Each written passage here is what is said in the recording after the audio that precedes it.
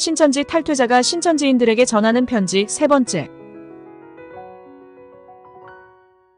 요번 편지의 주인공은 대구 다대오 지파에서만 10년 가까이 계셨던 신천지 탈퇴자연합의 리이님이십니다.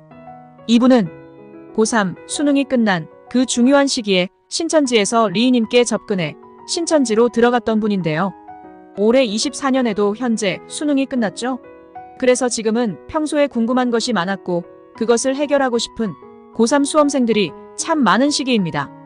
공부를 하는 학교라는 세계에서 이제 더 넓은 세계로 진출하려는 이때 많은 호기심으로 세상을 바라볼 수밖에 없는 수능 수험생들에게 신천지와 같은 반국가 반사회적인 집단이 접근한다는 것은 그들의 인생이라는 히스토리에 있어서 굉장한 치명타로 남기도 할 것입니다. 학교에서 떠나 직장을 잡기 전 인생의 첫 관문에 도전하고 있는 수험생들. 인생의 첫 배움을 사기전도를 모략이라는 단어로 합리화하는 신천지와 함께한다는 것은 함께하는 그대들도 사기꾼들의 근본을 벗어나기 힘들어질 것입니다. 올해 수능이 끝난 이 시점에 수능이 끝나고 신천지로 전도당한 리이님의 편지를 신천지인들에게 소개하면서 동시에 올해 수능생들에게는 내 인생에 있어 가장 중요한 이 시기에 어떤 사람들을 만나야 할 것인가에 대한 질문을 드립니다. 제 청소년 때에는 기성교회를 참 열심히 다녔습니다. 가정의 불화로 인해 늘 밖을 떠돌다가 교회를 찾게 되었죠. 제가 다녔던 교회는 교인 수가 많지는 않았습니다. 그렇지만 그곳에서 느낀 진심 어린 모습에 감동을 했고 저는 교회 목사님을 신뢰하게 되었습니다. 거기는 진짜 하나님과 예수님이 계시겠구나 생각했습니다. 학창시절에는 새벽기도, 수요예배, 금요철야, 주일예배까지 교회에 거의 살다시피 했고 성경을 곁에 두고 구절 읽기를 즐기는 기독교인이었습니다. 그러나 고3 수능을 치르고 성인이 된다는 막막함이 찾아왔습니다. 무엇을 하며 살아야 할지에 대한 고민이 깊어졌고 그때 저는 성경을 읽기로 결심했습니다. 성경이 저에게 길을 알려줄 것이라 믿었기 때문입니다. 특히 요한계시록에 가까이 하게 되었고 교회가 핍박을 받지만 결국 승리한다는 메시지가 저를 위로해 주었습니다. 결국 그 시기에 저는 신천지의 모략 전도에 걸리고 말았죠. 처음에는 심리상담을 통해 저의 막막함을 해결해 주겠다는 접근이었고 성경으로 연결되는 스토리에 저는 매료되었습니다. 복음방에서는 그들이 신천지라고 밝히지 않았기에 신천지라는 이름조차 모르고 계시록 10장까지 배웠습니다. 그 후에 교사의 제안으로 자연스럽게 센터를 가게 되었습니다. 센터 생활은 매우 즐거웠습니다. 맨 앞자리에서 강사님의 수업을 듣고 아침, 오후, 저녁 수업을 모두 들을 만큼 열중했습니다. 그렇게 열심을 쏟고 난 후 결국 신천지를 천국으로 인식했고 그때 저는 그곳에 무척이나 가고 싶어 했습니다. 그때는 먹지 않아도 덜 자도 배부른 기분이었고 구름 위를 걷는 듯한 느낌이었습니다. 신천지 입교 후 얼마 지나지 않아 구역장이 저에게 특별부서 사명을 제안했습니다. 저는 여러 부서에서 인정받고 겸직을 하며 바쁘게 지내게 되었고 그 공로를 인정받아 과천 총회에도 자주 불려갔습니다. 그때는 드디어 천국에서 할 수 있는 일이 생겼다는 기쁨이 있었습니다. 그렇게 3년이 지나고 번아웃을 느끼게 되었습니다. 성경보다는 이만희의 어록과 진성신을 더 가까이 하는 저의 모습을 보며 잠시 신천지에서 하던 일을 내려놓고 성경을 처음부터 다시 읽어보자는 생각을 하게 되었습니다. 성경을 다시 보면서 저는 충격을 받았습니다.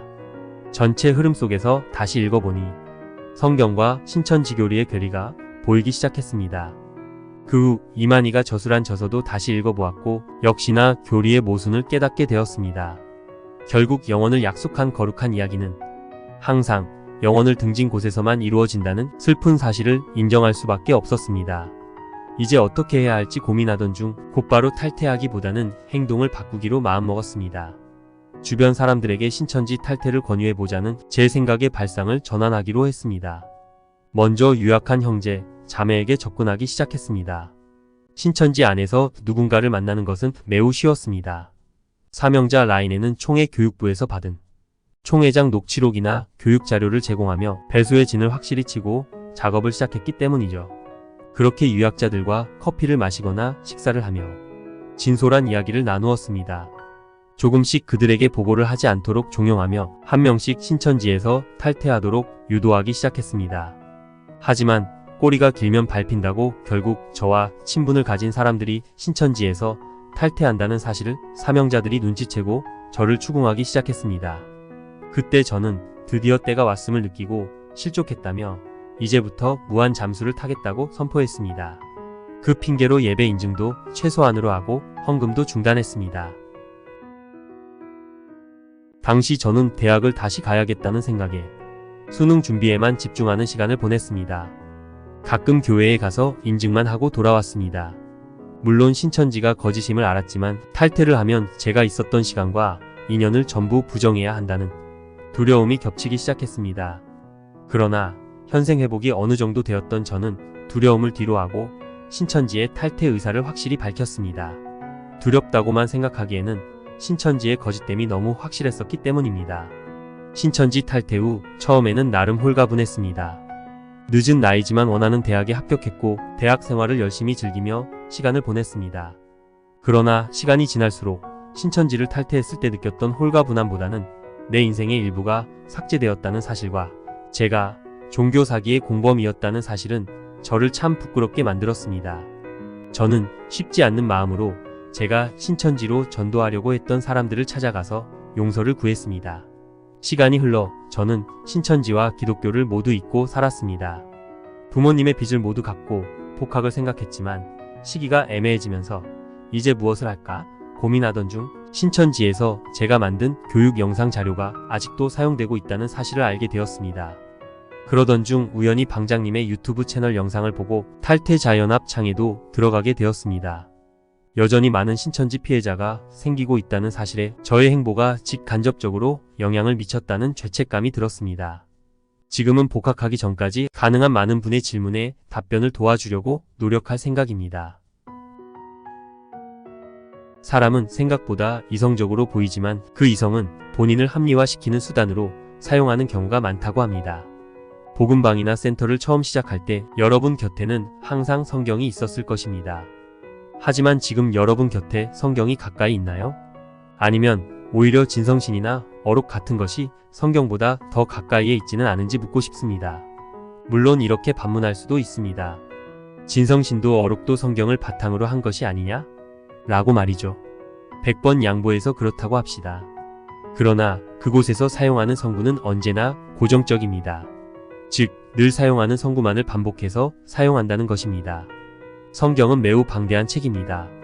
자주 사용하는 몇 구절만으로 모든 것을 안다고 생각해서는 안 됩니다.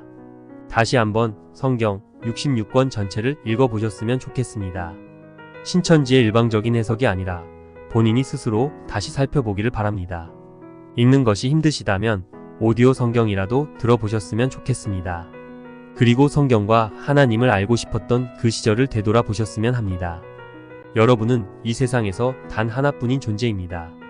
저는 여러분의 자유의지가 누군가가 두는 바둑이나 장기의 말로 소모되기를 원하지 않습니다.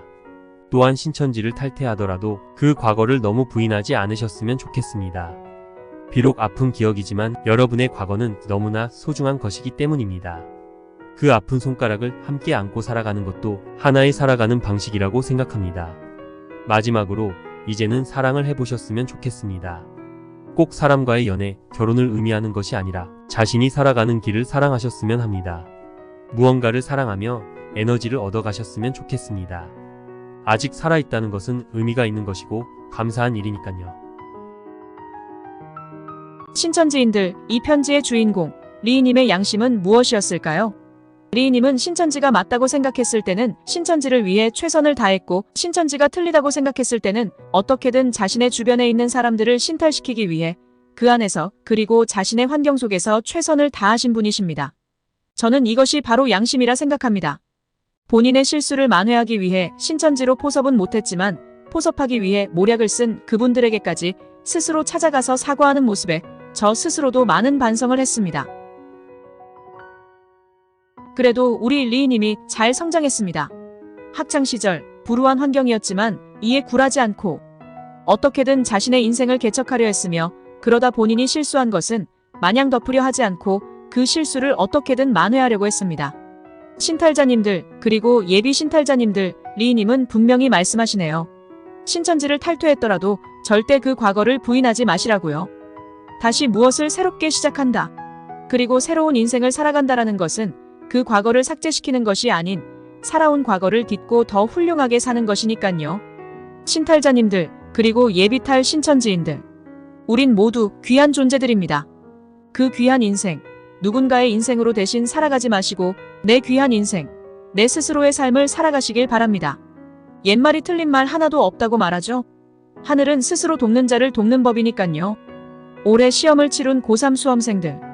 너희들에 있어 가장 귀한 이 시기에 사기와 모략을 가까이 두기보다는 인생을 진실하게 살아가는 법을 먼저 배우자. 고3 수험생들의 앞날을 신천지 탈퇴자연합에서도 격렬하게 응원합니다.